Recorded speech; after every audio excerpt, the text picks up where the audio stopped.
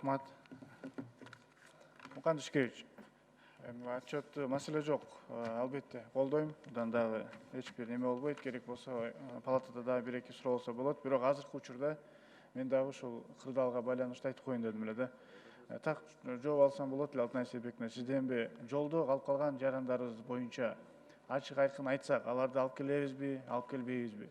Экинчиден, жана Алматы алып келиптыр, бирок Алматы ошол эле учурда ал жарандарыбызды киргизбей, прям рейстен снимать этип салыптыр. Ошол Египеттен, Дубайдан случайлар жазып атат да. Ушулар боюнча ачык айтып койчу, алар күтүп атат. Биздин эмне болот? Күтпөсөңөр, келбесиңер, келбейсиңер деп айтып койсоңуздар, мындай алар дагы өзүнүн камтын көрө бергенде болуш керек да. Bizde azar iki tür bizim jaranдар болуп атат. Бирөөлөсү жана самолет менен келе тургандар, экинчиси вот Оренбургка окшоп жана автоунаа менен тургандар. Тышкы иштер министрлиги, Казакстан тышкы иштер министрлиги менен иштеп жатат. Алар болсо акыркы маалымат боюнча расмий нотаны сурашыптыр. Если силердин жарандарыңарды алып келсек, силер ошол заман аларды өзүңөр жанагындай автобуспу, автоунаа жөнөтүп алып кетесиңерби деп. Бул эмеге биз макулдук берип, тышкы иштер министрлиги сүйлөшүү жүргүзүп атат. Бул самолет менен келген жанагы Шарм-эль-Шейх, башка туристтик сапат максат менен кеткендер. Анан Оренбург боюнча дагы азыр вот бүгүн эртең мененки маалыматка ылайык тышкы иштер ошол коллегалар менен иштеп жатат, транзит жол берүү боюнча. Бул жерде бир эле мындай эме болуп атат. Азыр 180 киши болсо, мисалы үчүн, ошол транзит ачылган соң дагы көбөйөбү деп ошол моменттер отрабатывается. Бир колонна болуш керек деген мааниде эметилип атат да. Чектелүү мына ошо 180 дедиңерби, ошол 180 адам чыгып кетиш керек под сопровождением. Рахмат. Анан кеч. Мардан Абдрахманович. Сөзсүз түрдө ал жарандарыбыз кайсы жерде калды? Чек арада калды. Эки мамлекеттин ортосундагы зонада калды. Булардын баарын чечишибиз керек барыбычы. Бирок эми бул эгерде алар мисал үчүн Казакстанды алалы. Казакстанда айтты, кирбейт, чыкпайт деди жарандар. Анан ошолордон транзитке алыш үчүн аларда өзүнчө кайра чечим чыгарып, мына Кыргызстан момундай бир 10 жараны кабыл болуп калыптыр, же 100 жаран ушул жерде туруп калыптыр деп өзүнчө чечим чыгарып бергенге убакыт кетип атат. Бирок аларды сөзсүз коргойбуз да, эми аларды талаага таштабайбыз.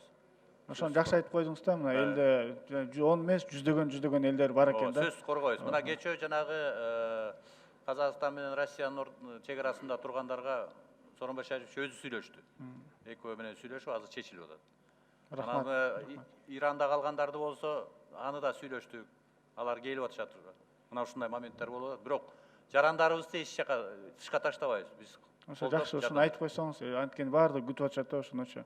Экинчи маселе могу кечээ сизге жакшы түшүндүрө албай койдум. Нацбанк менен чогуу мына ишмердүүлүктү алып барганы боюнча мына кредиттерди азыркы учурда каникул берүү кредиттерге.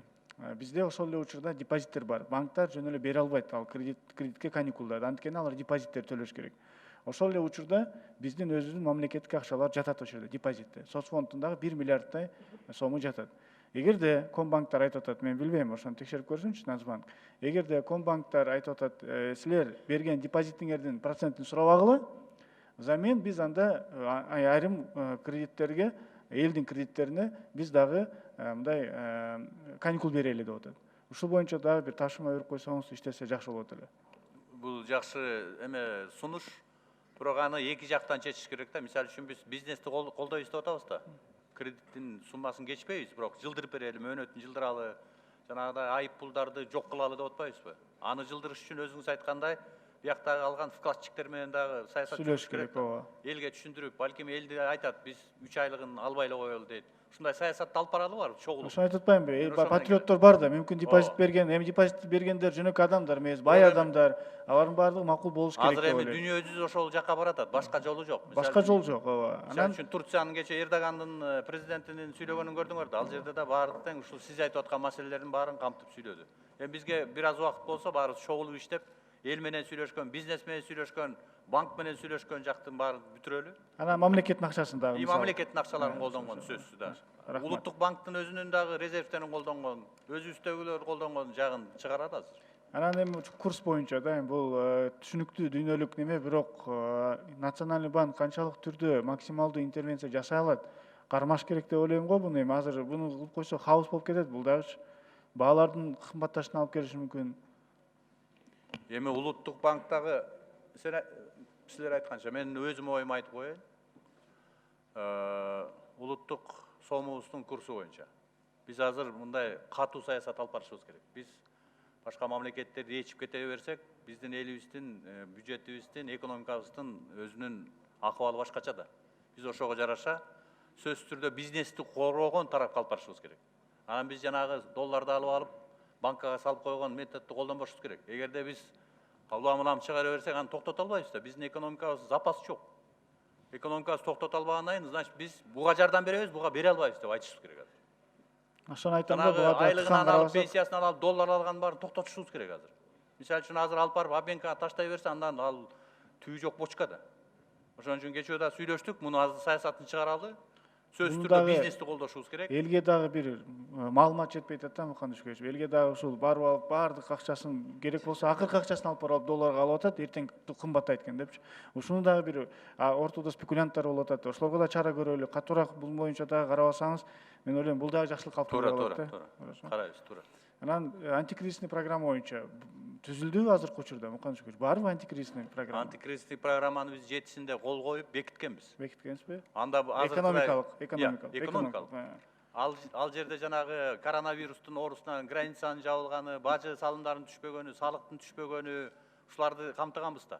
Азыр эми биздики болсо кошулду, өзүбүздөн оору чыкканы. Оору чыкканда кандай болот? Азыр эми ар кандай райондорду азыр карантинге кирип атабыз да.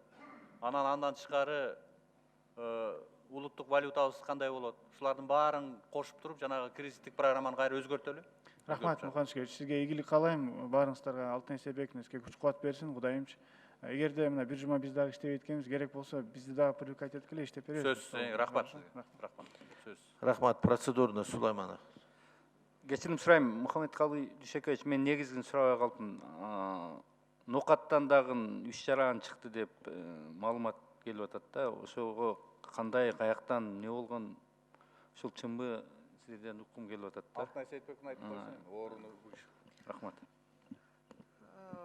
3 жарандан такталды. Булар дагы ошол Кувейттен Ошко учак менен келген 3 айым.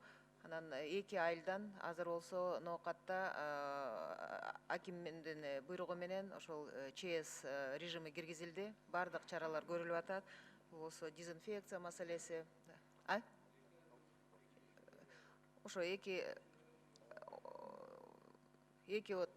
айыл өкмөттөн 3 жараныбыз 2 рейс менен келген. Кувейттен Ошко, алар дагы ошол жанагы хадж кылып анан келгендер.